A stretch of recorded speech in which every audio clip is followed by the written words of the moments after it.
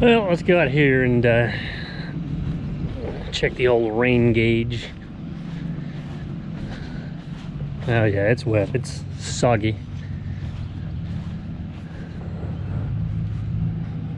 Looks like just a little over 4 inches. So that was yesterday. Here is this morning's job. I'm gonna come in here and try to dig this out and clean this ditch out, and then I got 2 loads of riprap, which this is back where I did the parking lot and stuff back there in the back. But I'm gonna come up here. I got the grading bucket on and try it out on. I guess I'll dig it out to where I can get to the bottom of that culvert coming out of that drive. I don't know how well it's going to dig down right beside this tree though. But try to get this stuff kind of dug out and cleaned up a little bit. And then I'll come in here, and I think we're just going to go kind of from the culvert over to the trees. And then kind of take it around the curve a little bit and just kind of get that to where it'll slow down some of the erosion, and because they're never going to get any grass or anything in here with these 2 trees. I got some fabric with me. I'll lay that down and then start getting that riprap in here. First thing we're going to do is trim these tree limbs off, because we can't scratch the new excavator, which it looks like it's just this group of them right here. I'll just get them out of the way.